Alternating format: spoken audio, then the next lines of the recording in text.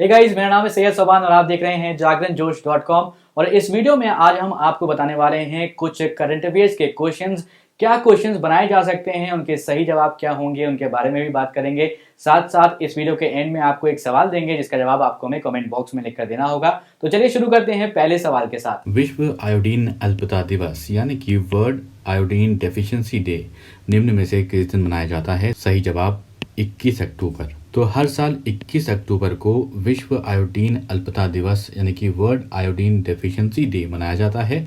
इस दिन को मनाने का जो मुख्य उद्देश्य है वो ये है कि शरीर में आयोडीन की कमी के प्रभावों और इसके नुकसान के बारे में लोगों को जागरूक किया जाए।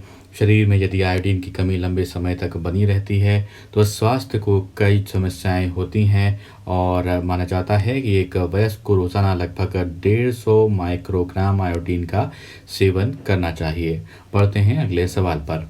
किस राज्य सरकार ने 19 अक्टूबर 2021 को अपनी बैठक में मुख्यमंत्री राशन आपके द्वार योजना को लागू करने का निर्णय लिया है? सही जवाब है मध्य प्रदेश। तो आपको बता दें कि मध्य प्रदेश सरकार ने 19 अक्टूबर को अपनी बैठक में मुख्यमंत्री राशन आपके द्वार योजना को लागू करने का निर्णय लिया है। गरीब आदिवासी परिवारों को लाभ पहुंचाने के लिए मुख्यमंत्री राशन आपके द्वार योजना लागू की जाएगी। इसे राज्य के आदिवासी विकास खंडों में लागू किया जाएगा। उन ब्लॉकों को छोड़कर जो उपचुनाव वाले जिलों के अंतर्गत आते हैं। इस योजना से 16 जिलों के 74 विकास खंडों के लगभग 7,511 गाँवों के आदिवासी परिवारों को लाभ मिलेगा। वीडियो में आगे बढ़ने से पहले एक इन्फॉर्मेशन। हमारी वेबसाइट जागरणजोश.com पर अगर आप करंट अफेयर्स पढ़ना चाहते हैं तो आपको अपने ब्राउजर में टाइप करना है www.jagranjosh.com, जिसके बाद आपको हमारी वेबसाइट का होम पेज नजर आएगा। इसके बाद आपको करंट अफेयर्स के टैब पर जाना है। जब आप करंट अफेयर्स टैब पर क्लिक करेंगे तो आपको कुछ इस तरह से पेज नजर आएगा। अगर आप कैटेगरी वाइज करंट अफेयर्स पढ़ना चाहते हैं तो आप अपनी पसंद के हिसाब से कोई भी कैटेगरी चूज कर सकते हैं, जिसमें latest, national, international, sports, technology और इकोनॉमी जैसी कैटेगरीज मौजूद हैं। अगला सवाल। भारत और किस देश ने खनन और इस्पात क्षेत्र में सहयोग करने के लिए एक समझौता ज्ञापन यानी कि मेमोरेंडम ऑफ अंडरस्टैंडिंग को पर हस्ताक्षर किए हैं? सही जवाब है रूस। तो भारत और रूस ने खनन और इस्पात क्षेत्र में सहयोग करने के लिए एक समझौता यानी कि MOU पर हस्ताक्षर किए हैं।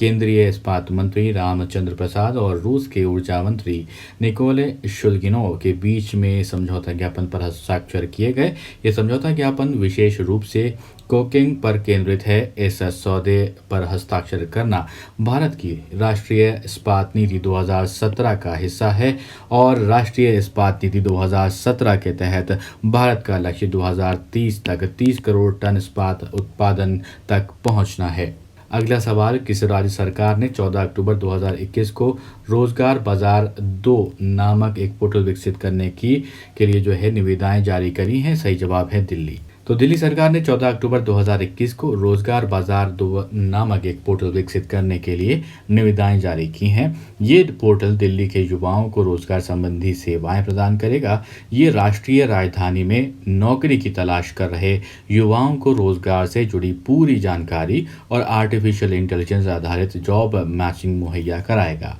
अगला सवाल। गुजरात सरकार ने अयोध्या में श्री राम जन्मभूमि तीर्थ यात्रा के लिए आदिवासी समुदाय से संबंधित प्रति व्यक्ति कितने रुपए की वित्तीय सहायता देने का फैसला किया है? सही जवाब है 5,000 रुपए।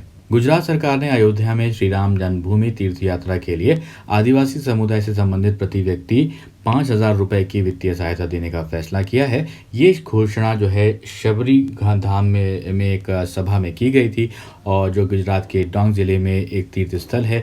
शबरी धाम भगवान श्री राम से जुड़ा हुआ है।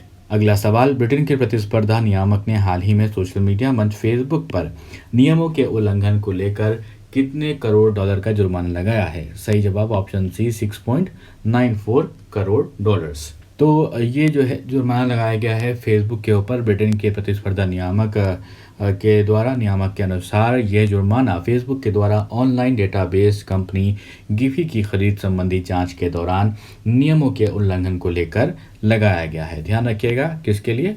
गिफी की खरीद संबंधी जांच के दौरान नियमों के उल्लंघन को लेकर इसको लगाया गया है। ब्रिटेन के प्रतिस्पर्धा और बाजार प्राधिकरण ने ये कहा है कि फेसबुक जांच के दौरान आवश्यक जानकारी प्रदान करने में विफल रहा है। अगला सवाल, रिजर्व बैंक ऑफ इंडिया ने पेटीएम पेमेंट्स बैंक लिमिटेड पर कितने करोड़ रुपए का जुर्माना लगाया? सही जवाब 1 करोड़ रुपए। तो भारतीय रिजर्व बैंक ने जो है पेटीएम का जो पेमेंट्स बैंक लिमिटेड है उस पर 1 करोड़ का जुर्माना लगाया है। अब केंद्रीय बैंक ने एक बयान में बताया कि पेटीएम पेमेंट्स बैंक ने ऐसी जानकारी दी थी जो तथ्यात्मक स्थिति को नहीं दर्शाती है। यही वजह है कि 1 करोड़ रुपए का जुर्माना लगाया गया है। आरबीआई ने कहा है कि पीएसएस अधिनियम की धारा 26(2) में उल्लिखित प्रकृति का अपराध था। इसके बाद पेटीएम पेमेंट्स बैंक को एक नोटिस जारी किया गया था, उसके बाद ये जुर्माना लगाया गया। वो सवाल जिसका जवाब हमने आपसे पिछले वीडियो में पूछा, अंतर्राष्ट्रीय टेबल टेनिस महासंघ की विश्व रैंकिंग में निम्न में से कौन सा खिलाड़ी शीर्ष पर पहुंच गया? सही जवाब है पायस जैन। तो भारत के उभरते टेबल टेनिस खिलाड़ी पायस जैन ने लड़कों के अंडर 17 वर्ग में लगातार अच्छा प्रदर्शन कर रहे हैं और पायस जैन विश्व रैंकिंग में शीर्ष पर पहुंचने वाले दूसरे भारतीय टेबल टेनिस खिलाड़ी बन गए हैं। उनसे पहले ये उपलब्धि मानव ठक्कर ने हासिल की थी, जो जनवरी 2020 में अंडर 21 वर्ग में नंबर 1 रैंकिंग पर काबिज हुए थे। पायस जैन दिल्ली के पहले खिलाड़ी हैं जो अंतर्राष्ट्रीय टेबल टेनिस महासंघ की विश्व रैंकिंग में शीर्ष पर पहुंचे हैं। अगला सवाल वो जिसका जवाब आपको हमें कमेंट बॉक्स में लिखकर बताना है। राष्ट्रीय अनुसंधान विकास निगम के नए अध्यक्ष के रूप में निम्न में से किसे नियुक्त किया गया है? आपके ऑप्शन राहुल सचदेवा, अनिल त्यागी, अमित रस्तोगी या फिर कमल चतुर्वेदी। आप अपने जवाब हमें कमेंट बॉक्स में लिखकर बताएं। अगर ये वीडियो पसंद आया तो वीडियो को लाइक करें, वीडियो को अपने दोस्तों के साथ भी शेयर करें और अभी तक आपने मेरे चैनल को सब्सक्राइब नहीं किया है तो ज़रूर सब्सक्राइब करें और देखते रहें जागरणजोश.com।